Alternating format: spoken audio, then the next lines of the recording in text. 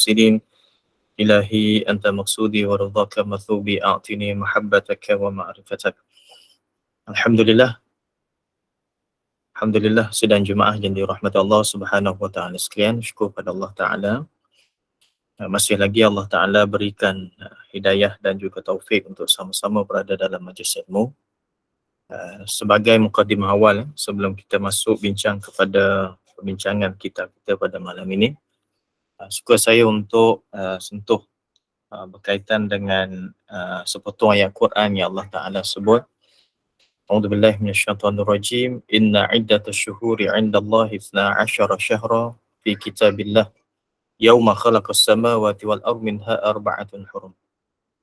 Sesungguhnya bilangan ataupun perkiraan hari bulan dalam Islam ini adalah sebanyak 12 bulan. Pada saat ketika Allah Ta'ala menjadikan langit dan bumi, dan daripada 12 bulan tersebut ada 4 bulan yang Allah Ta'ala kategorikan sebagai bulan haram, arba'atun hurum. Maka daripada 4 bulan haram tersebut dijelaskan oleh Nabi SAW, salah satunya adalah bulan Rajab. Dan kita ini sekarang berada dalam bulan Rajab, satu bulan yang dikategorikan sebagai bulan haram. Haram di sini bukan maksudnya haram hukum yang kita faham halal, haram, wajib, sunat, bukan itu dikatakan sebagai haram. Tetapi bulan haram ni sebagaimana kita fahami tanah haram. Di Mekah dan Madinah itu dipanggil sebagai tanah haram. Al-Haramain Asy-Syarifain, dua tanah haram. Bukanlah tanah haram tersebut adalah tanah yang diharamkan untuk orang yang bukan Islam berada atau jejakkan kaki di sana. Tetapi istilah haram di situ yang lebih untuk difokuskan adalah haram adalah tempat yang dimuliakan. Maka dua tanah haram tersebut adalah dua tanah atau dua tempat yang Allah Subhanahu wa taala muliakan. Maka sama juga dengan bulan haram, iaitu dua bulan yang bulan haram ini bulan yang Allah Taala muliakan. Maka salah satunya bulan yang kita duduk berada sekarang ini adalah bulan Rajab. Maka bila mana masuknya bulan haram, kita tengok dia punya sejarah dia, apa yang dibagi tahu oleh baginda Nabi SAW. Antaranya orang Arab ni dia akan berhenti ataupun dia orang hentikan seketika apa saja benda yang berkaitan dengan peperangan. Dan mereka ini akan memuliakan bulan tersebut, mengelakkan daripada berlakunya juga perbalahan di antara satu sama lain. Maka apatah lagi kita bagi orang Islam, kerana bulan haram ini salah satu daripada bulan Rajab ini salah satu bulan haram yang ada dalam syariat kita. Maka kalau sebaik-baiknya, bukan kalau lah, sebaik-baiknya dan seboleh-bolehnya elakkan apa saja perkara yang melibatkan pergaduhan, persekentaan, perselisihan di antara kita, sama ada benda tersebut secara langsung ataupun dengan secara alam maya melalui saluran-saluran media massa, internet dan sebagainya. Elakkan benda tersebut. Kenapa? Kerana kita memuliakan bulan haram. Kenapa kita diajar untuk memuliakan bulan haram? Kerana ini dipanggil sebagai warming up ataupun sebagai training awal, latihan awal sebelum daripada kita masuk dalam bulan Ramadan. Bila mana kita dah masuk dalam bulan Ramadan, hati kita, roh kita dan juga fizikal kita dah bersedia untuk melaksanakan ibadat dalam bulan Ramadan tersebut dan menghormati bulan itu dengan selayaknya. Bukan bila mana masuk Ramadan baru kita nak buat benda yang dikatakan betulkan diri, betulkan fizikal, jaga roh kita dan sebagainya, baru nak elakkan pergaduhan dan sebagainya. Benda tu akan jadi dalam tempoh hanya beberapa seketika saja. Mungkin dalam seminggu awal, 2 minggu awal, tapi lepas daripada tu ada kembali perangai kita yang asal. Tapi kalau kita mulakan daripada awal dalam bulan Rajab ini sebagai permulaan untuk kita masuk kepada bulan Ramadan dengan menghormati bulan Rajab ini sebagai bulan haram, insya-Allah ini salah satu daripada jalanan untuk memudahkan perjalanan kita untuk masuk dalam bulan Ramadan nanti, insya-Allah. Tuan-tuan yang dimati Allah Ta'ala sekian. Itu sebagai mukadimah awal, nasihat untuk diri saya sendiri dan perkongsian kepada tuan-tuan. Baik, insya-Allah kita sambung pada kitab kita pada malam ini, muka surat 23. Muka surat 23 kita masuk kepada perbincangan topik yang baru, iaitu berhati-hati dengan sifat riak. Berhati-hati dengan sifat riak. Baik. Qala musannif rahimallahu ta'ala wa nafa'ana bi'ulumi fi daraini. Kata pengarang kitab, wahdhar min daqa'iqir riya khaufan min daya'il ujur wa dhulmatil qalbi wa minha istihla'ul ibadah. Qala sahibul wasiyah istihla'ul ibadah sammun qatilun muhbitun lil amal. Kata pengarang kitab, hati-hatilah engkau mengenai sifat riak yang halus-halus, kerana bimbang sia-sia pahala dan gelap hatimu. Sebahagian daripadanya adalah berasa manis ibadat. Tuan wasiat ini berkata, berasa manis ibadat adalah racun membunuh serta menghancurkan amalan. Baik, malam ni kita nak cerita salah satu daripada penyakit yang Allah Ta'ala sebut dalam Quran dan juga salah satu penyakit yang Nabi SAW sebut dalam hadis baginda, iaitu sifat riak. Saya nak ambil dulu beberapa ayat Quran dan hadis Nabi berkaitan dengan teguran syariat kita berkaitan dengan sifat riak ini. Dalam surah Al-Ma'un yang kita duk baca, ara'aital ladzi yukadzibu biddin, sampai pada ayat yang keempat, Allah Subhanahu Wa Taala kata fawailul lil musallin. Fawailun. Kalau kita tengok dalam terjemahan, dia akan istilahkan atau terjemahkan dengan bahasanya celaka atau binasa. Sebenarnya dalam bahasa Arab, perkataan wailun itu adalah satu perkataan menggambarkan satu kerugian. Satu kerugian. Jadi kalau kita kata binasalah atau celakalah, menggambarkan rugi bagi orang tersebut. Maka fawailul lil musallin, maka satu kerugian yang besar bagi orang yang salat. Apa dia? Alladzina hum an salatihim sahun. Mereka yang mana salat mereka itu lalai. Kan? Alladzina hum yura'un. Ini dia punya syahidnya ataupun fokusnya. Alladzina hum yura'un, mereka ini menunjuk-nunjuk atau mempunyai sifat riak. Maka antara salah satu perkara yang merosakkan amalan dan kebiasaan riak itu wujudnya yang merosakkan amalan kita adalah dalam ketika mana kita beramal dengan satu amalan dipanggil solat. Masa sembahyang ini untuk riak itu lebih senang dan untuk menunjuk-nunjuk itu lebih mudah berbanding daripada ibadat-ibadat lain. Sebab apa? Sebab kalau kita kata puasa ini kita tak tahu siapa puasa dan kita tak tahu siapa puasa. Tetapi kalau sembahyang kita tahu orang tu tengah sembahyang. Kan? Dalam seharian kita tak nampak orang itu makan. Maka kita boleh kata dia puasa dan kita boleh kata dia tak puasa. Kan? Kemungkinan itu ada. Sebab apa? Sebab dalam satu hari, dalam tempoh 12-13 jam ini, itu tempoh yang lama. Dan orang itu bergerak, orang itu berjalan dan sebagainya. Ibadat puasa dia tak statik. Dia tak berdiri, duduk situ sebagaimana sembahyang. Maka orang tak tahu seorang itu puasa ataupun tak puasa. Melainkan kalau dia bagi tahu, hari ni saya puasa. Kan? Dan kalau dia bagi tahu dia puasa pun kita tak boleh kata, ini orang ni riak ni. Tak. Berbeza dengan sembahyang. Sembahyang ini salah satu daripada ibadat yang memang orang akan nampak kita sembahyang. Dan orang akan tahu kita sembahyang. Dan kita tahu bahawa orang tahu kita sembahyang. Bila mana orang tengok kita sembahyang, kita tahu bahawa orang tu tengok kita tengah sembahyang. Sebab apa? Sebab sembahyang ini suatu ibadat yang mempunyai tata cara yang tertentu. Maka sebab itulah awal-awal daripada sentuhan kitab ataupun perbincangan berkaitan riak, pengarang kitab guna istilah min daqa'iq riya, wahdhar min daqa'iq riya. Hati-hati dengan sifat-sifat riak yang halus. Halusnya kenapa? Kerana kita duduk dalam kedudukan yang kita tak perasan, riak itu boleh ada. Buat ibadat solat, sembahyang, satu ibadat yang besar, ibadat pada Allah SWT, duk sembah Allah Ta'ala. Tetapi masuknya sifat riak itu dalam kedudukan yang halus, yang tidak perasan. Sebab itulah kalau kita boleh faham kenapa Allah SWT sebut dalam surah Al-Ma'un berkaitan dengan kerugian, kebinasaan dan kecelakaan bagi orang yang sembahyang, yang lalai dengan sembahyangnya dan juga dengan riak tersebut, kerana kita nak tunjuk pada ibadat solat ini satu daripada perangai yang bahaya, yang ada sifat yang bahaya adalah riak.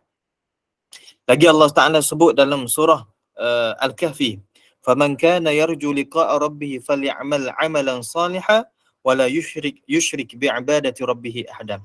Siapa yang mana berkeinginan untuk berjumpa dengan Tuhannya itu Allah, maka beramallah dengan amal soleh. Wala yushrik bi'ibadati rabbih ahadan, dan jangan sesekali disyirik dengan ibadat kepada Tuhannya sesuatu pun dengan seseorang yang lain. Maksudnya jangan disyirik, dia tunjukkan ibadat dia, buat ibadat selain daripada Allah SWT. Kalau buat ibadat kerana Allah SWT, dalam masa yang sama dia buat ibadat juga kepada yang selain daripada Allah, maka orang itu adalah orang yang bersifat dengan sifat riak. Nabi SAW bila mana ditanya kepada baginda, ya Rasulullah, fima an-najah, ya Rasulullah, pada apa perkarakah yang memberikan kejayaan Maka kata Nabi SAW, alla ya'malul amdu bi ta'atin yuridu bihan nas. Seseorang itu akan berjaya bila mana seseorang itu buat ibadat atau dengan sesuatu ketaatan yang mana dia tidak menginginkan pandangan ataupun pujian daripada manusia. Jadi kalau kita buat ibadat, kita menginginkan sesuatu daripada manusia, maka kita ini bukan orang yang berjaya. Kenapa? Kerana ketika itu kita ada sifat riya. Inilah tuan-tuan, sifat yang banyak berada dalam diri kita. Jangan tengok orang. Riya ini kita tak tahu duduk pada orang lain. Sebab apa? Riya ini benda yang dalaman. Dia bukan penyakit luaran. Kalau doktor ini dia tengok daripada luar, dia dah tahu dah orang ni sakit macam ni, obatnya macam ni. Kan? Tapi kalaulah sakit itu dalam, dia kena x-ray. Kan? Bila mana x-ray, nampak dia punya masalah penyakit tu, maka dia kena buat operation. Dia tak boleh bagi ubat macam tu saja untuk betul-betul sembuh. Itu secara adatnya. Maka sama juga. Penyakit riak ini bukan satu penyakit yang duduk pada luaran. Yang kita nampak, kalau penyakit ni kita kena sembuhkan macam ini. Kan? Maka kita nampak orang itu bersifat dengan riak. Tidak. Kan? Sifat riak ini adalah sifat yang bersifat dengan sifat penyakit dalaman. Bila mana bersifat dengan penyakit dalaman, maka yang tahunya salah satunya adalah diri kita sendiri. Bila mana kita kenal penyakit itulah. Kalau kita tak kenal penyakit tersebut, kita takkan kenal pun kita bersifat dengan sifat riak. Ada orang, dia tak kenal bahawa, dia tak tahu bahawa dia bersifat dengan sifat riak. Ada orang, dia tak tahu bahawa dia bersifat dengan sifat ujub. Ini lagi bahaya. Ini penyakit dah lah tak tahu. Dah lah bersifat dengan sifat tersebut, dia tak tahu pula benda tersebut salah. Ini betul-betul bahaya. Ada satu kitab dan kitab ini dah dia telah dialih bahasakan dalam bahasa Rumi kita, bahasa Jawi, daripada asalnya Jawi telah dirumikan, kan? Kitab karangan Syekh Abdul Qadir Al-Mandili. Karangan Syekh Abdul Qadir Al-Mandili, kitab penawar bagi hati. Belilah tuan-tuan. Bukan suruh beli ni baca terus. Beli tu baca sikit-sikit. Hebatnya Syekh Abdul Qadir Al-Jilani ni, dia susun. Dia sebenarnya benda tu dah disusun dalam Islam kita.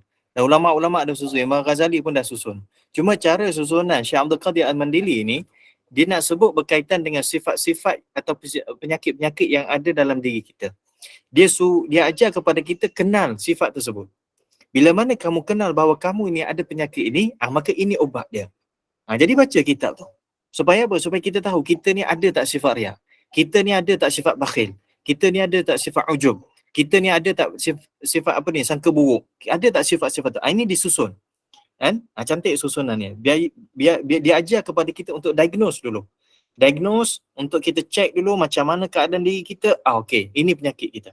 Bila mana kita tahu kita berpenyakit, maka kita ubat. Maka yang menjadi satu bala yang besar, bila mana seseorang itu berpenyakit dengan penyakit riak. Tapi dalam masa yang sama, dia tak kenal dan dia tak tahu dia berpenyakit dengan penyakit riak tersebut. Ini suatu musibah atau satu bala yang besar. Kan? Jadi sebab itulah sifat riak ini atau penyakit riak ini satu penyakit yang membahayakan. Okey, kembali kepada kitab kita. Kata pengarang kitab, hati-hati engkau mengenai sifat riak yang halus. Halusnya sebab apa? Sebab yang pertama, dia adalah sifat ataupun penyakit dalaman. Saya sebut sifat ini menggambarkan kepada sifat mazmumah. Penyakit menggambarkan satu perkara yang perlu diubati. Kan? Kita istilahkan dengan satu sifat, iaitu sifat mazmumah ataupun penyakit. Baik, dia benda yang pertama kerana dia haluskan dia berada dalam diri kita. Dia bukan duduk luar. Jadi kita tidak nampak kesannya pada luar secara 100%. Baik. Yang kedua, halus itu kenapa? Kerana cara dia masuk itu kadang-kadang kita tidak perasan. Sifat riak, dia masuk itu dalam keadaan kita tak perasan. Bila mana kita bersifat dengan sifat riak, barulah kita sedar, rupanya aku tengah riak ketika itu.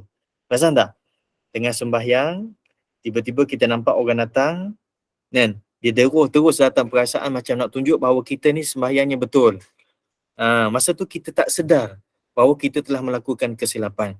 Dalam beberapa tempoh baru kita tahu, ya Allah, astaghfirullahalazim, aku riak, aku nak tunjuk pada orang. Perasan tak? Halusnya cara masukkan dia. Bila mana cara masukkan halus itu, sebab itu dikatakan daqaiqir riak. Riak ini adalah satu sifat yang mempunyai sifat yang halus. Penyakit yang halus yang ada dalam diri kita. Kenapa kita kena berhati-hati dengan sifat riak? Dia mulakan dengan satu kesan yang bahaya, khaufan min daya'il ujur, bimbang pahala kita itu disia-siakan. Kalau seorang itu sembahyang, Ketika mana sembahyang dia riak, maka pahala sembahyang dia sia-sia. Orang itu sedekah, bila mana dia riak, maka pahala sedekahnya sia-sia. Orang itu puasa, orang itu buat apa saja amal ibadat, bila mana ada sifat riak, maka akan sia-sia. Kenapa dia akan sia-sia? Kerana riak ini dalam masa yang sama pada hakikatnya dia nak tunjukkan ibadat tersebut, nak persembahkan ibadat itu kepada Allah Ta'ala. Tetapi dalam masa yang sama, dia nak tunjukkan ibadat itu kepada selain daripada Allah Ta'ala. Ini dah dikatakan sebagai syirik. Syirik apa dia? Syirik khafi. Ataupun syirik yang dikatakan syirik asghar. Syirik yang tersembunyi ataupun syirik yang kecil. Ini disebut dalam hadis Nabi SAW. Nabi sebut dalam hadis, Inna akhwafa ma akhafa alaikum asyirk al-asghar. Sesungguhnya apa yang paling aku takut berlaku di kalangan kamu, wahai umat aku, adalah syirik asghar. Syirik kecil. Maka tanya sahabat, wa masyirkul asghar ya Rasulullah. Apa itu syirik asghar ya Rasulullah? Qala ar-riya, itu riya. Kan? Sebab itulah dia ini bahaya, sebab dia nak bagi sesuatu itu kepada Allah, dalam masa yang sama ada juga kepada selain daripada Allah Subhanahu Wa Taala.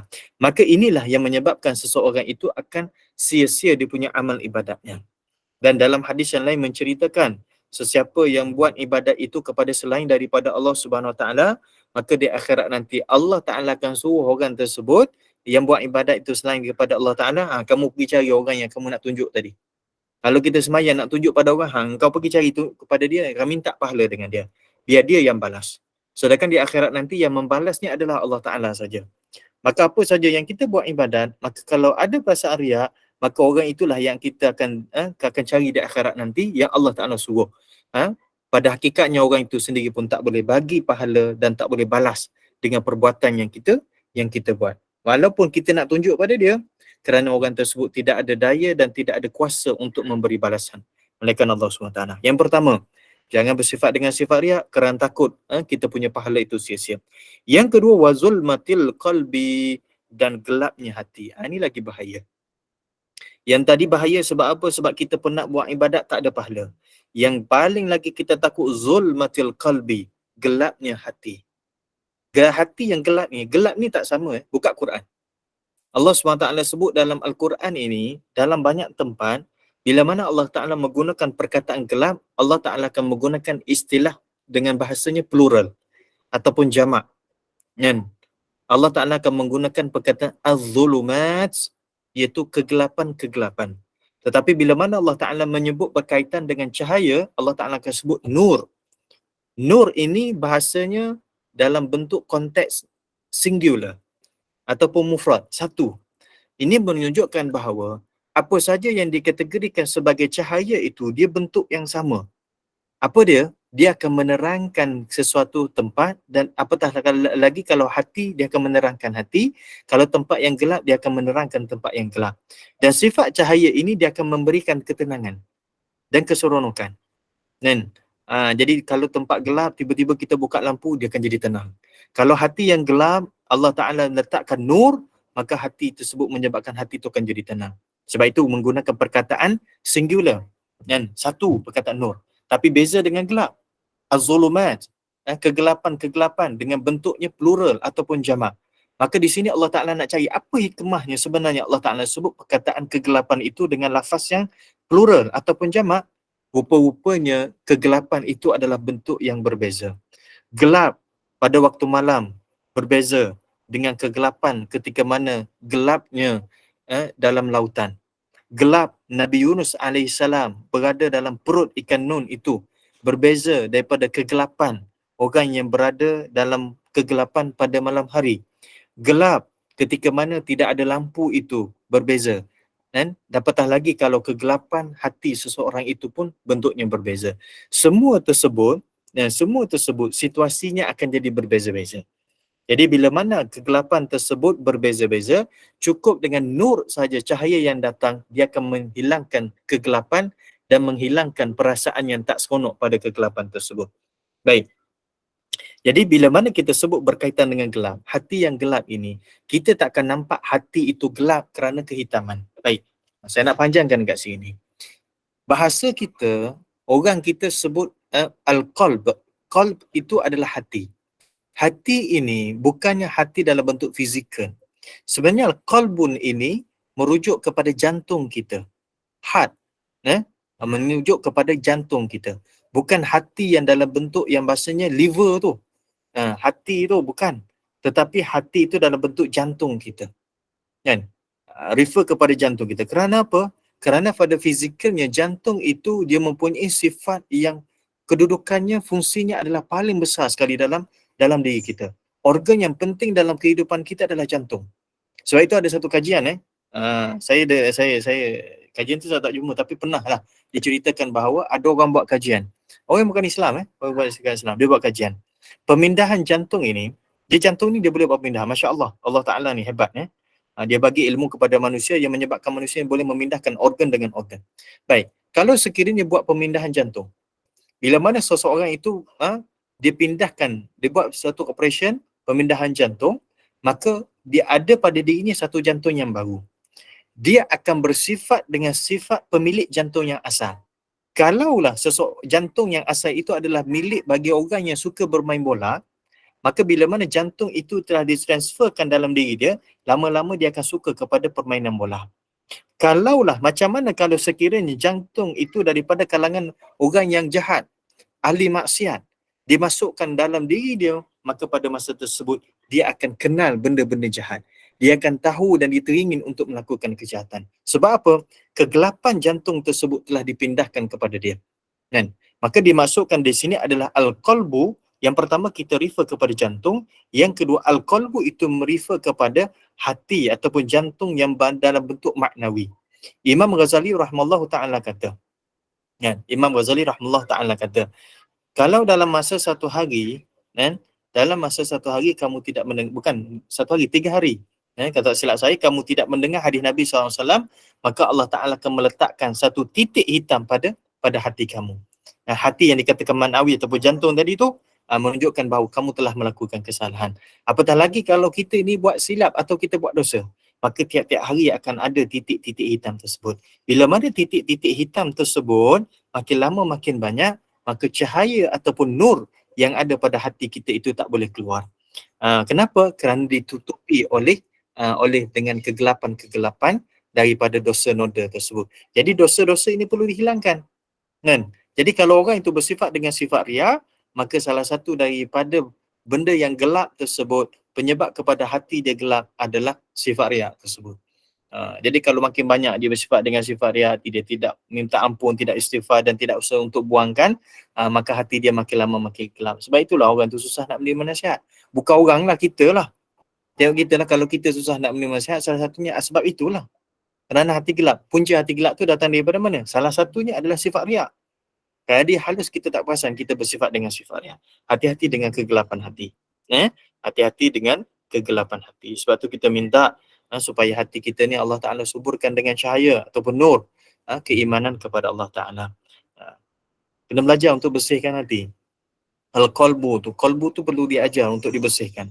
Kalau kita tak ajar untuk bersihkan qalbu kita ni, dia ajar untuk hanya cantik pada fizikal saja, pakaiannya cantik, mandinya tak pernah tinggal, perfumnya pakai fizikal kita cantik, fizikal kita sempurna, tapi hati tu masih lagi hati yang kotor, hati yang gelap, masa kita tak akan sempurna pada pandangan Allah Subhanahu Taala. Datang di hadapan Allah Subhanahu Taala nanti esok ni kita datang di hadapan Allah Subhanahu Taala ini, Allah Taala suluh kepada hati kita, kalbu kita. Jadi kalau tak ajar macam mana kalbu kita ini untuk bersihkan dia, nak jadikan kalbu yang baik, maka susahlah kehidupan kita. Kan? Saya teringat kata-kata Syekh Ibnu Athaillah As-Sakandari. Ibnu Athaillah As-Sakandari ni dia ajar kepada kita, kan? Kalau seseorang itu dalam hidup dia ni, dia terlalu bimbang dengan masalah yang berlaku. Tak ada orang yang tak ada masalah. Tapi kalau masalah itu berlaku dalam diri dia, hati dia itu rasa sempit. Kehidupan dia rasa sempit kerana masalah yang dihadapi, bermasuk kalbu dia ataupun hati dia masih lagi perlu dibaiki. Maksudnya kegelapan hati masih ada lagi. Maksud mungkin kerana hati dia atau kalbu dia cenderung kepada dunia. Hati dia jauh daripada mengenal Allah. Hati dia jauh daripada zikrullah. Tengok situlah kita. Kalau timpa masalah sikit kalut. Betul lah, masalah kita ni ada masalah hati. Memang semua orang akan ada masalah. Tetapi macam mana kita menerima masalah tersebut dan macam mana kita ini mengurus masalah tersebut, kita boleh tahu macam mana kedudukan hati kita. Kan? Ada saja apa saja masalah, kita cepat sangat membentak. Kita cepat sangat kita kata melatah. Kan? Ini kerana kedudukan kolbu ataupun hati kita ada masalah. Belajar untuk bentuk hati. Macam mana cara nak bentuk hati? Banyakkan zikrullah. Macam mana nak zikrullah? Zikir ni dia kena belajar. Bukan saja buka kitab Al-Azkar, Imam Nawawi ajar berkaitan dengan zikir-zikir, kita pun zikir. Subhanallah, alhamdulillah, wa la ilaha illallah, wallahu akbar. Boleh, tak ada masalah. Tapi perasan tak, masa kita zikir dengan mulut kita tu, kalbu kita, hati kita tak berzikir. Maka kena belajar dengan zikir hati pula. Sebab itulah Imam Nawawi sebut, zikir-zikir ni ada dua. Zikir yang pertama, zikir jahar, iaitu zikir berdasarkan lisan kita. Yang kedua, zikir khafi, zikir berdasarkan zikir kalbu kita. Baik, kembali. Maka bahayanya sifat riya, kerana yang pertama dia akan menyia-nyiakan atau mensia-siakan pahala amal kebaikan yang kita buat. Yang kedua, menggelapkan hati seseorang itu. Wa minha, dan juga sebahagian daripada itu, sebahagian daripada kita tahu punca kita ini ada sifat riya adalah istihlaul ibadah. Kita merasakan manis ibadat. Ini kena faham betul-betul. Merasa manis ibadat ni kena faham. Tuan wasiat ini berkata, berasa manis ibadat adalah racun membunuh serta menghancurkan amalan. Kita rasa manis dalam ibadat adalah sesuatu yang boleh membunuh ataupun menghancurkan amalan. Bukannya manis ini dikatakan sebagai keseronokan ibadat sesuai dengan roh kita. Ingat tubuh kita ni tuan-tuan, diri kita ni dia ada roh. Yang pertama dia ada roh. Yang kedua dia ada nafsu. Dan yang ketiga dia ada fizikalnya. Ni fizikal luaran ini. Kan? Ini dia punya kita panggil cantuman daripada diri kita. Diri kita ada fizikal, yang sekarang secara luaran kita nampak, kita boleh tengok, kita boleh sentuh, kita boleh rasa, itu secara fizikal. Yang kedua dia ada nafsu, dalam diri kita ada nafsu. Dan yang ketiga dia ada roh. Roh ini sifatnya, ini kena faham betul-betul. Roh ini tuan-tuan bersifat dengan sifat yang baik, dan roh itu adalah suci dan bersih. Roh yang ada dalam diri kita ini sifatnya adalah sifat yang bersih. Sifatnya adalah sifat yang baik. Kan? Tetapi bila mana roh itu dia berlawan dengan nafsu yang ada dalam diri kita, maka ketika itulah fizikal kita ini akan bertindak dengan tindakan yang sama ada menang ke arah roh ataupun menang kepada nafsu. Nafsu itu sifatnya adalah sifatnya yang tak baik. Kan? Maka bila mana kita buat ibadat, maka kita merasa manisnya ibadat, kecenderungan kemanisan tersebut sandarannya adalah kepada nafsu, maka ketika itu kita itu telah rosak ibadat kita kerana kita telah bersifat dengan sifat riya. Kan? Contoh, ini sebagai contoh. Seronoknya sembahyang berjemaah, beramai-ramai di masjid, di surau, dan orang tahu kehadiran kita, maka kita pun seronok sembahyang ketika itu. Maka nisbah keseronokan itu adalah kerana sandaran kepada nafsu atau roh. Kalau kebiasaan sandaran itu adalah kepada keseronokan nafsu, maka itulah salah satu daripada sifat riya, kalau nak kenal. Kan? Tapi macam mana nak beza seronok nafsu dengan seronok roh ni? Ini dikatakan sebagai riya. Ini satu daripada benda yang halus. Benda halus. Kadang-kadang kita tak boleh beza. Ini seronoknya seronok nafsu aku ke? Ini seronok kerana seronok roh aku. Roh aku beribadat, maka seronok aku beribadat, maka sesuai dengan kehendak ataupun kedudukan roh aku, ataupun kerana keseronokan daripada nafsu aku. Yang ni pun kadang-kadang kita tak boleh bezakan. Kan? Maka kalau keseronokan itu adalah sandarannya, ada landasannya adalah kerana nafsu, maka itu adalah sifat riya dan dia boleh membunuh dan menghancurkan amalan kita. Baik. Nanti dia tengok lagi kan. Allah, sulitnya untuk mengenal diri sendiri. Walaupun diri kita itu adalah diri kita. Kan? Ini bermaksud bahawa kita ni orang yang jahil, orang yang mana tak ada ilmu. Kita jahil tentang diri kita sendiri. Kita tak kenal diri kita sendiri, walaupun diri kita adalah diri kita. Maka Allah SWT Maha Pencipta, dia lebih mengenal dan lebih kenal kita yang mana dicipta oleh Allah SWT. Maka sebab itulah bila mana kita belajar untuk kenal diri kita, bukan kenal diri ni, kadang-kadang saya banyak kali sebut tuan-tuan, kita mengenal diri itu bukan dengan cara logik akal. Kalaulah kita nak mengenal diri kita dengan cara logik akal, saya rasa, mungkinlah orang yang dalam bidang medikal, dalam bidang kedoktoran itu lebih kenal diri berbanding daripada orang lain. Sebab apa? Anatomi manusia itu habis dalam semua kepala dia. Contoh kita tanya, di mana kedudukan hati? Dia boleh spesifikkan. Okey, duduknya sebelah kiri bahagian sini. Jantungnya. Kalau hatinya sebelah sini. Panjangnya panjang kita punya ususnya banyak panjang mana? Kan? Lepas tu dalam tubuh kita macam mana bentuk aliran-aliran darah dan sebagainya. Dia boleh cerita. Kan? Maka sekarang dikatakan mengenal diri itu bukan sekadar mengenal secara akal. Tetapi mengenal diri kita adalah mengenal dengan cara sebagaimana Islam inginkan kita kenal. Kenal diri kamu ini ada dalam diri kamu roh. Dalam diri kamu ada nafsu. Dalam diri kamu ini ada benda yang dikatakan qalb, itu hati. Kan? Iaitu qalbu, hati daripada sudut maknawi. Kenal bahawa kamu ni kebergantungan kepada Allah Ta'ala. Kenal macam ni, kenal macam ni. Itu mengenal diri daripada sudut pandangan agama. Maka siapa yang kenal diri dia, maka dia akan kenal Allah Subhanahu Wa Ta'ala. Baik. Pergi sikit lagi. Walaula syuhudu du'afai ta'zima maqamihim 'inda an-nasi bisaharil layali al-kamilah. Mastata'u sahra lailatin kamilatin fadlan an dawamis sahar. Jika tidak kerana golongan yang lemah ini memandang besarnya makam mereka, itu kedudukan mereka di sisi manusia, dengan sebab mereka berjaga seluruh malam-malam yang lalu, pasti mereka tidak mampu berjaga sepanjang satu malam, lebih-lebih lagi untuk mengekali berjaga malam. Perangai orang yang sifat riak ini, dia kadang-kadang dia tak perasan dia buat ibadat itu, dia ada semangat kerana apa? Kerana ada orang yang mana melihat dan ada orang tahu dia tengah beribadat. Nampak tak? Sekarang tuan-tuan, kita tak cerita dah berkaitan dengan riak-riak dengan benda-benda biasa dah. Kita riak, sekarang kita cerita sekarang berkaitan dengan kedudukan riak itu daripada sudut konteks ibadat kita. Kadang-kadang ibadat itu kita nampak ibadat yang besar. Tapi pada hakikatnya dalam ibadat yang besar itu adanya sifat riak. Apa dia? Antaranya bertahajud pada waktu malam. Tahajud pada waktu malam, kadang-kadang orang memang tak tahu pun. Tapi disebabkan adanya benda yang menyebabkan orang tahu apa dia, esok tu mungkin kita akan cerita. Kan? Ataupun masa-masa mengajar, ceramah-ceramah cerita, saya alhamdulillah tahajud tak tinggal lagi. Nampak tak? Keseronokan dia beribadat tersebut, kemanisan ibadat tersebut adalah sandaran kepada nafsu dia. Tapi kalaulah sekiranya orang tak tahu langsung dia beribadat, agak-agak macam mana?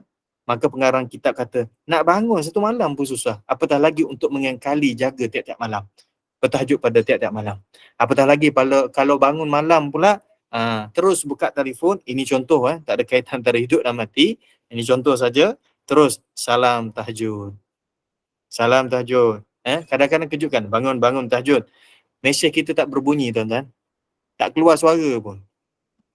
Kalaupun kita voice note, Assalamualaikum semua ahli grup yang dikasihi dan dirahmati Allah Ta'ala sekian. Marilah sama-sama kita bangun tahajud. Bangun-bangun ya, bangun. Pukul berapa kita voice note tersebut? Pukul 2 pagi.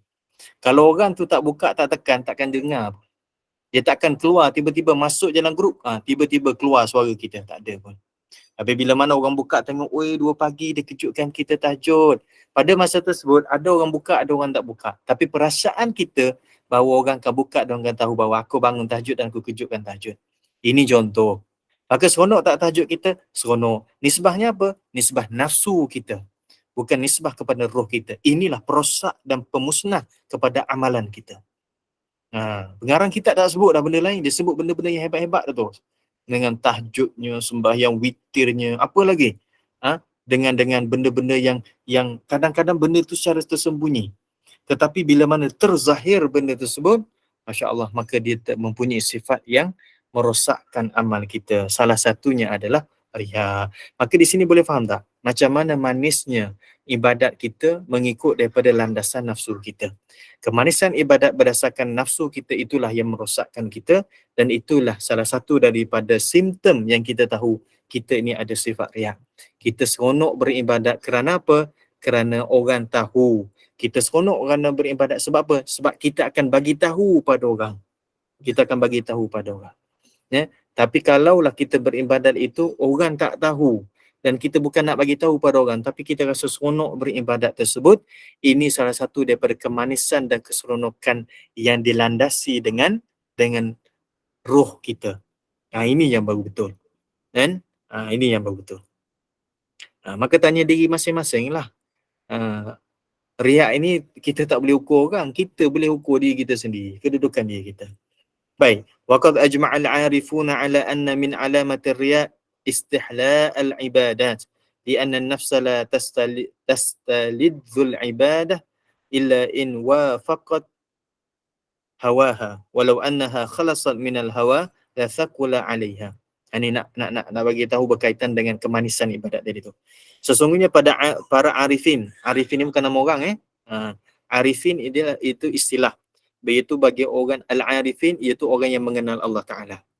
Orang yang mengenal Allah Taala daripada kalangan orang-orang yang mana dah hati dia itu betul-betul makrifat Allah Taala. Bukan sekadar kenal sifat 20, belajar sifat wujud, qidam, baqa, dah masuk pada orang yang kenal Allah Taala. Tak. Orang yang al-arifin ni dalam peringkat yang setinggi-tinggi kedudukan tinggi kedudukannya sampai peringkat semua keadaannya adalah kerana dia memahami konteks urusan Allah Ta'ala yang mengatur kehidupan. Contoh sekarang ini, dia tak merasakan bahawa dia itu berusaha untuk mengajar. Dia tak merasakan diri dia itu berusaha untuk mendengar. Duduk dalam majlis semua walaupun secara online, dia hanya menampak bahawa sekarang ini hanyalah aturan Allah Ta'ala. Dan apa saja berlaku tu semuanya dalam bentuk aturan Allah Ta'ala. Dan setiap perkara itu semuanya dikaitkan dengan Allah. Tak ada benda yang tidak dikaitkan dengan Allah, maka ini salah satu daripada orang yang dinamakan sebagai al-arifin, iaitu orang yang kenal Allah Ta'ala. Maka kata orang para arifin, iaitu orang yang mengenali Allah Ta'ala, mereka berijma' iaitu bersepakat bahawa sebahagian antara daripada tanda-tanda riya adalah merasa manis ibadat. Kerana sesungguhnya nafsu pasti tidak merasa lazat ibadat melainkan jika ia muafakat dengan hawa nafsunya. Dan jika sesungguhnya ia selesai tidak muafakat dengan hawa nafsu, pasti dia merasa berat ke atas ibadat tersebut. Kan?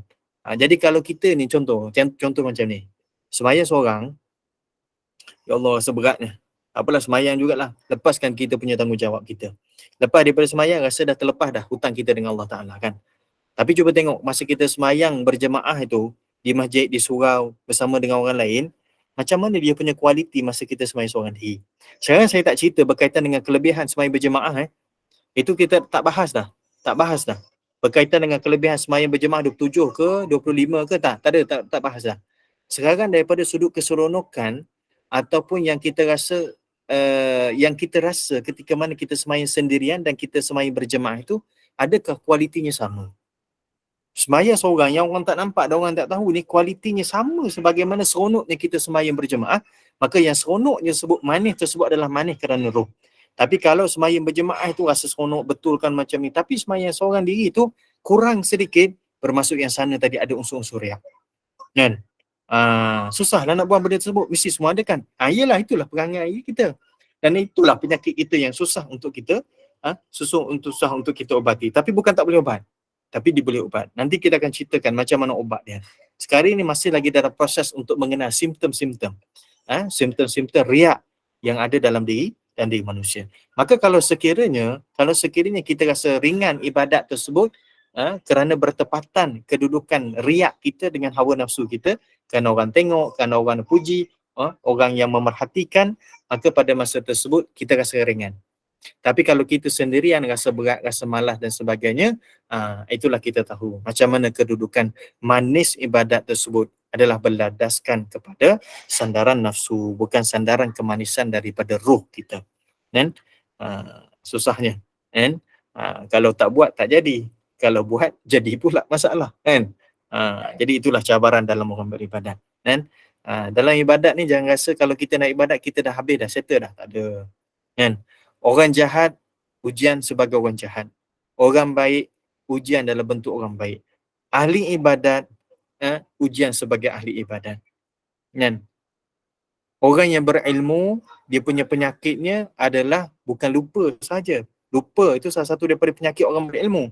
Tapi yang paling besar sekali, penyakit orang berilmu kita lah. Kita semua ada ilmu kan? Cuma bezanya ada ilmu Allah Ta'ala bagi macam ni, ada orang tak banyak, Allah Ta'ala bagi serada dan sebagainya. Penyakit orang berilmu adalah tidak beramal. Tahu tak? Tahu. Amal tak? Tak amal. Penyakit orang beramal, maksudnya orang yang tengah beribadat tersebut, adanya riak dan adanya ujub pula. Itu tak masuk lagi bab ujub. Baru bab riak, itu nak menunjuk-nunjuk. Maka dalam hidup kita sekarang ini, menunjuk-nunjuk itu, nak menunjuk-nunjuk kepada makhluk Allah Ta'ala, kepada manusia secara umumnya, sama ada dalam konteks sekarang ini kita boleh tengok secara langsung, orang boleh tengok, orang boleh tahu, ataupun dalam bentuk secara saluran internet, media massa dan sebagainya. Sebab itu jaga-jaga, jangan ukur orang, jangan sesekali kata orang ni riak, jangan. Katakanlah bahawa kita ini mungkin ada sifat riak. Bila mana kita tahu bahawa simptom tersebut ada dalam diri kita, maka kita ubah. Jangan duk tuduh orang yang riak dan sebagainya. Itu urusan dia dengan Allah SWT. Melainkan kalau sekiranya orang ni memang tak tahu bahawa dia sifat dengan sifat riak, kita kata tak boleh. Ini salah satu daripada simptom-simptom riak dan sebagainya. Baik. Jadi secara kesimpulan, saya berhenti kat sini tuan-tuan. Ada lagi dia punya perbincangan. Mungkin kalau kita tukar dia akan jadi panjang. Baik. Sekarang kita bincang berkaitan dengan riak. Salah satu daripada sifat mazmumah dan salah satu daripada penyakit yang akan menyebabkan seseorang itu sia-sia amal ibadat ketaatan yang dibuat pada Allah Ta'ala. Dan yang kedua, dengan sifat riak ini menyebabkan seseorang itu gelap hati dia. Dan bila mana seorang itu gelap hati, maka itulah punca kepada kerosakan apa saja urusan ketaatan dia kepada Allah Subhanahu Wa Ta'ala. Yang pertama. Yang kedua, riak ini satu benda yang halus. Bila mana dia halus, itu adalah urusan dalaman yang kadang-kadang kita boleh mengatakan bahawa hanya dia sahaja yang tahu dia bersifat dengan riak. Bila mana dia saja bersifat dengan sifat riak, dia tahu biar dia sifat dengan sifat riak, maka orang tak boleh tuduh bahawa dia riak atau tidak. Sebab orang yang lain tak boleh mengukur kedudukan riak seseorang. Dia hanya tahu kedudukan dia itu bersifat riak ataupun tidak. Melainkan daripada para guru-guru ataupun orang alim ulama yang mana Allah Ta'ala buka hijab yang menyebabkan dia tahu seseorang itu bersifat dengan sifat riak. Sebagaimana Nabi SAW pun dia tahu. Orang itu ada sifat ni, orang tahu ada sifat ni dan sebagainya. Maka pada masa tersebut, riak ini adalah urusan kita dengan Allah Subhanahu Ta'ala. Jangan sesekali kita nak buat sesuatu amal itu kerana nak tunjuk pada orang. Biarlah orang tak tahu pun tak apa, yang penting Allah Ta'ala tahu. Sebab bila mana orang tu kita nak bagi tahu pada orang, kita nak pertunjukkan atau pertontonkan pada orang, pada masa tersebut ibadat kita dah sia-sia dah, tak ada apa dah. Pada hukum fiqahnya adalah sah ibadat, tapi daripada sudut pahalanya tidak ada. Sebab itulah bila mana kita sembahyang, Allah SWT, Nabi SAW sebut dalam hadis, ibadat sembahyang kita akan diangkat oleh Allah SWT, oleh para malaikat untuk bersembah kepada Allah Ta'ala.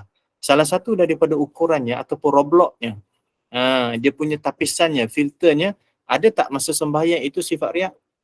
Sama ada riak itu tak sebut riak pada siapa, disebut riak itu kepada manusia saja. Maka manusia ini boleh jadi kepada orang yang terdekat dalam ahli keluarga kita, ataupun daripada orang yang tak ada kaitan dengan kita pun. Maka sama ada kita riak hatta kepada pasangan kita, riak kepada anak kita, riak itu maksudnya kita buat kerana dia. Tapi kalau dalam konteks kita mengajar, itu lain cerita. Suatu kita tak boleh kata orang tu riak tak riak. Kita hanya tahu kedudukan tersebut. Maka kalau nak tahu sifat riak ini, kita masih dalam proses awal perbincangan. Simptom-simptom riak itu yang pertama dibincang adalah manisnya ibadat mendasarkan kepada landasan nafsu dia. Bukan daripada landasan ruh dia yang masukkan manis. Itu antara simptom dia. Sambil-sambil mungkin boleh tengoklah sebelum mungkin kita jumpa untuk pertemuan akan datang, tengok dia simptom-simptom. Dan saya anjurkan tuan-tuan puan-puan, beli kitab Penawar Bagi Hati karangan Syekh Abdul Qadir Al-Mandili. Tak ada dekat kedai buku, buka saja Shopee malam ni, order terus. Baca. Sambil-sambil baca, kena belajar juga. Sebab dalam tu ilmu yang banyak tu. Salah satunya macam mana kita nak diagnose kita punya penyakit hati kita, dan kita nak sedarkan bahawa penyakit ini ada ubatnya. Cara macam mana ubat?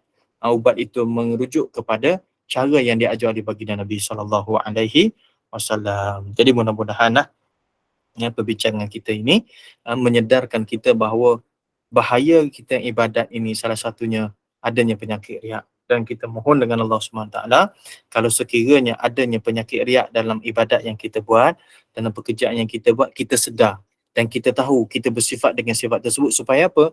Supaya kita cepat-cepat untuk istighfar, cepat-cepat untuk minta maaf, cepat-cepat untuk pusingkan yang kita nak tujukan kepada manusia, kita arahkan menuju kepada Allah Subhanahu Wa Ta'ala, insya-Allah. Mohon maaf, insya-Allah pada masa akan datang kita akan sambung lagi, masih lagi pada awal perbincangan macam mana kita nak mengenal, kita nak tahu simptom orang itu ada sifat riak dalam diri kita. Wallahu a'lam. Kita buka soalan insya-Allah Ustaz. InsyaAllah. Okey, ada yang nak mengajukan soalan kepada Al-Fadil Ustaz, silakan. Assalamualaikum Ustaz. Ustaz, sedikit je. Apakah permulaan rasa takut orang kata saya riak tu, permulaan daripada roh yang mula tak sihat untuk melawan nafsu sampai menyekat untuk berhenti daripada buat kebaikan? Macam mana? Perasaan yang suka rasa macam kalau saya buat ni nanti orang cakap saya riak. Lepas tu terus stop daripada meneruskan kebaikan. Yang tu termasuk dalam permulaan nak jadi riak ke macam mana? Baik. Kata Qadhi Iyad. Qadhi Iyad ini salah seorang daripada tempat rujukan para ulama dalam bab tasawuf atau kesufian. Qadhi Iyad ni salah seorang yang mana sebelum daripada Allah Ta'ala tarik dia untuk menjadi orang yang al-arifin, mengenal Allah Ta'ala, dia pernah dahulu menjadi seorang pencuri. Dan tetapi Allah Ta'ala sentapkan hati dia yang menyebabkan dia itu kembali pada jalan Allah SWT. Kata Qadhi Iyad, orang yang meninggalkan amal kerana manusia itu adalah orang yang riak. Bukan sahaja buat ibadat itu adalah kerana manusia itu dikatakan sebagai riak. Tapi Qadhi Iyad itu lebih detail, dia kata, kita buat amal, kita meninggalkan amal itu kerana manusia. Contoh, lepas sembahyang Isyak, kan, nak sembahyang sunat ba'diyah Isyak. Itu sunat muakkad, itu rawatib yang sunat muakkad. Ini nanti orang tengok pula, riak pula. Kita pun tak sembahyang. Meninggalkan amal itu kerana manusia. Itu pun dikatakan sebagai riak. Dan jadi hati-hati. Bila mana kita nak melakukan amal itu, kita tuju kepada manusia, itu dikatakan riak. Bahkan kalau kita meninggalkan amal itu pun kerana manusia pun dikatakan sebagai riak. Habisnya macam mana? Kita tinggal ke, kita buat ke hanya kerana Allah SWT. Kalau sekiranya ada kerana manusia, terus istighfar. Dan saya pun kerap kali sebut, tuan-tuan, dalam kita istighfar ini, kadang-kadang dia tak rasa dia punya macam mana kita nak minta maaf dengan istighfar tu daripada kesalahan. Kerana apa? Sebab kita tak fokus kepada salah kita, satu. Yang kedua, kadang-kadang masa istighfar itu mungkin tak kena cara. Level kita, kalau mungkin kita istighfar ni kita kena urut dada. Astaghfirullahalazim. Cuba kalau kita istighfar, kita gosok sikit dada kita. Astaghfirullahalazim. Beza yang kita istighfar, tangan duduk biasa je tapi mulut astaghfirullahalazim. Rasa lain. Masa astaghfirullahalazim tu urut dada sikit, gosok-gosok dada sikit. Rasa kita punya lain tu. Dia kata kenikmatan dan kita kata sentuhan istighfar tu ada. Ada rasa nak buat sesuatu kerana manusia, astaghfirullahalazim. Pegang dada kita. Sebab apa? Kita masih dalam proses awal untuk ke arah sana. Kan? Wallahualam. Saya baca soalan di chat Ustaz ya. Dari Sharifah Afriza. Assalamualaikum Ustaz. Saya seorang yang jenis suka menolong orang dan beri infak sedekah. Kadang-kadang saya bercerita pada orang, saya tolong orang ini tanpa merasakan itu salah dan sum'ah. Macam mana cara orang di sekitar saya nak tegur perangai saya, terutamanya orang yang saya tolong itu tanpa mengguris hati saya? Baik. Alhamdulillah, itu salah satu daripada nikmat Allah Ta'ala bagi dan anugerah Allah Ta'ala bagi, bahawa kita ni tergolong daripada orang yang mana boleh tolong orang lain. Dan nikmat yang ada pada kita, kita berkongsi pada orang. Maka bila mana kita ni kongsi, kita tolong orang, kadang-kadang kita bercerita. Maka bila mana kita bercerita, apakah keseronokan yang ada dalam diri kita masa bercerita? Kita seronok bercerita tersebut, dia panggil kemanisan ibadat lah tu. Jadi manis tersebut, seronok tersebut, landasan nafsu ke landasan roh? Kalau landasan nafsu, maaf saya kata itu riak. Tapi kalau landasan itu adalah landasan roh, kerana kita seronok untuk melakukan taat, maka kita cerita ketaatan itu untuk berkongsi ketaatan, bukan kerana langsung tidak ada, kerana kerana manusia, kerana nafsu, tak ada. Tapi roh kita ni seronok untuk melakukan benda tersebut, maka itu kita tahu, itu bukan riak. Maka kita kena tengok tu. Bukan buat ukuran dulu, kena fikir dulu, kena muhasabah dulu, kena ukur dulu berdasarkan ilmu yang sebetulnya yang kita seronok tersebut cerita pada orang tu landasannya mana. Satu. Yang kedua, mungkin bila mana kita melakukan infak dan sebagainya, antaranya kita boleh sembunyikan. Kerana salah satu daripada kebaikan dalam kita melakukan infak dan sedekah itu adalah dengan cara disembunyikan. Kebanyakan ibadat yang kita buat, bila mana disembunyikan, maka yang sembunyi itulah yang mungkin saluran pahala yang diterima oleh Allah Subhanahu Wa Taala. Dan maka banyakkan menyembunyikan kebaikan kita, sebab kebaikan kita ini tak perlu pun kita bagi tahu, melainkan kalau dalam konteks kita mengajar. Okey, panggil anak kita. Kita cerita, mak dulu alhamdulillah masa belajar, mak ni memang dah diajar kat sekolah, atuk pun, nenek pun dah ajar, saya sedekah. Kita cerita, adakah kita cerita tu dasar riak? Tidak. Kita cerita kerana kita nak mengajar, tidak ada masalah. Tapi kalau dalam konteks yang tak sesuai, sebaiknya kita elakkan. Wallahualam. Mungkin soalan terakhir sebab Puan Jamilah tu ada angkat tangan. Mungkin soalan terakhir daripada Puan Jamilah, silakan. Ataupun Puan Jamilah terangkat tangan ke? Tertekan. Oh, tertekan kot. Ni Siti Eja ada soalan ke? Assalamualaikum. Okey, ada soalan bunda. Saya nak tanya, zaman sekarang ni kita banyak menggunakan posting untuk kita berkongsi mengenai, lebih dikatakan kepada dakwah. Tapi kadang-kala saya lebih suka kongsikan posting tu menegur diri sendiri. Tapi ada kala ramai pula yang rasa mesej itu mereka rasa bertepatan dengan mereka dan mereka pun minta untuk kita kongsikan sama. Tapi saya lebih suka membuat itu untuk tegur diri saya sendiri. Saya nak tanya, adakah itu adalah jetikan-jetikan penawar bagi hati? Sebab saya tak rasa saya buat tu sebab saya riak, tapi saya rasa saya kerdil lalu saya kongsi untuk ingatkan saya dan saya boleh save. Boleh tak Ustaz? Mohon pencerahan. Baik, masih alhamdulillah. Itu benda yang bagus. Tapi saya minta izin untuk pergi jauh sikit. Pandang dua sudut yang berbeza. Sudut yang pertama, sudut dakwah. Silakan. Bila mana kita pandang sudut dakwah, silakan, tidak ada masalah. Dan yang kedua, bila kita pandang daripada sudut islahil qalbi, iaitu betulkan atau perbaiki diri kita. Kalau benda tersebut adalah untuk membaiki diri kita, kenapa kita post benda tersebut? Maksudnya bila mana kita post, maksud kita nak share. Bila mana kita nak share, bagus. Saya pun share juga benda-benda tersebut. Tapi satu benda yang saya perasan, kadang-kadang, saya tak tuju pada sesiapa, kita nak tengok, masa kita share, orang feedback kepada apa yang kita share tersebut, apa yang kita rasa. Yang kita rasa itulah yang perlu kita hati-hati. Kalau kita rasa seronok, dan kita rasa ada pujian daripada orang, kita rasa ini, orang minta kita, saya pun banyak orang minta, Ustaz minta tolong hantar balik video ni untuk share. Masa tu ada perasaan. Perasaan tersebut dia rasa seronok. Seronok itu tu, seronok landasan nafsu, adapun seronok landasan roh. Kalau seronok landasan nafsu tersebut, kena dengan perbincangan kita pada malam ini. Tapi kalau seronok kerana landasan rohnya, kita pun nak kongsi, tak apalah supaya ramai orang nak, maka benda tersebut adalah kehendak agama. Maka kalau kita ini nak kongsi kepada orang, kita kongsikan. Niatnya apa dia? Niat dakwah. Dalam masa yang sama, dalam kita niat dakwah tersebut, kita niat aku nak betulkan diri aku. Sebab apa? Sebab bila mana kita share tersebut, kita lebih alert dengan benda tu. Bila mana kita lebih alert dengan benda tu, lebih berhati-hati dengan benda tersebut, maka kita nak betulkan diri kita. Tapi dalam masa sama, kita letak pada sanduran dakwah supaya apa? Supaya tidak ada benda yang boleh merosakkan hati kita, insyaAllah. Itu urusan kita dengan Allah Ta'ala. Orang tak boleh ukur. Orang tak boleh ukur. Saya cuba bawa daripada dua sudut pandang yang berbeza, insyaAllah. Mudah-mudahan ada manfaat. Jadi mungkin setakat tu dululah Ustaz ya. Untuk kuliah. Assalamualaikum Ustaz. Ada lagi? Assalamualaikum Ustaz. Assalamualaikum. Nak tanya yang pasal pemindahan jantung tu kan.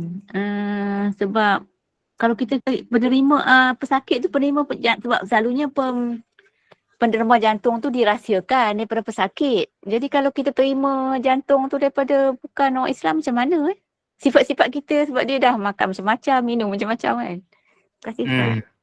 Jadi benda tu tak apa, daripada sudut hukumnya sah. Hukum fiqahnya boleh. Kan? Ulama-ulama kontemporari dah bahas benda tersebut boleh, walaupun ada ulama mengatakan tak boleh. Walaqad karramna bani Adam, kami muliakan anak keturunan Adam, maka tak boleh pindah-pindah main-main. Tapi dalam konteks keperluan semasa, ada ulama kata itu adalah darurat. Baik, maka hukum fiqh tidak ada masalah.